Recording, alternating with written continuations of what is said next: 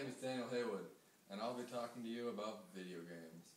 Have you ever wanted to infiltrate a terrorist base and kill them all and get away with it, and then you get hungry and you want a snack?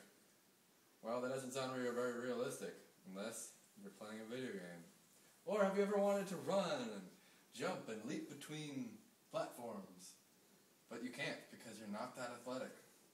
You could do that if you were playing a video game.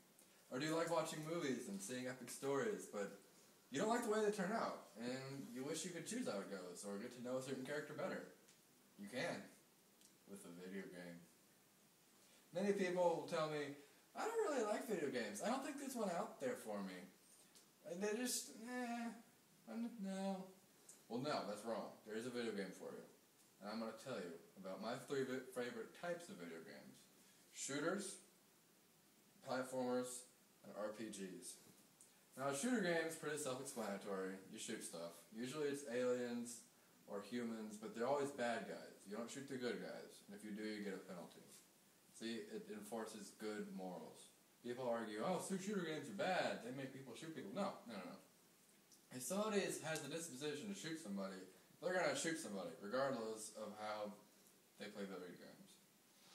Video games can actually be a great outlet for stress. If you had a long day and you get on there and pretend like you're shooting people. Whenever you do well, it feels kind of good. And then you don't have to go out and be really violent. Because humans are naturally violent creatures. We try to deny it, but come on. But if shooting and violence isn't really your thing, if you rather just run around and jump and maybe jump on a Goomba or, I don't know, shoot a Metroid, then you can play platformer. It's basically running and jumping.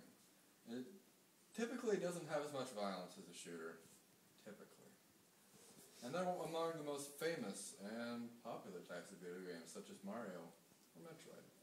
And they're very easy to pick up and play because it's not that complicated. You just run and jump. Now, there might be some attacks, but it depends on the game. And even if that doesn't sound your thing, if you want a more slow-paced, a more epic adventure, more story, get to know the characters, then that'd be an RPG. It's like a movie that you play.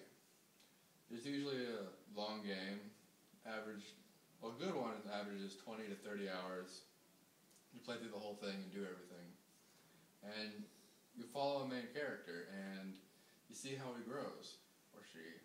And you control his interactions with people, and how he fights, and how pretty much everything goes. And it's a lot better than yelling at the TV and trying to tell the actor, don't go in there, don't go get him, or go for that girl, not that one. You can do that with a video game. And it becomes astonishingly realistic nowadays. You'd be surprised. So, there's lots of different kinds of video games. I've told you about hardly even a tiny part of them. They're ridiculous in how diverse they are. But hopefully I've given you a little hint of something that might interest you.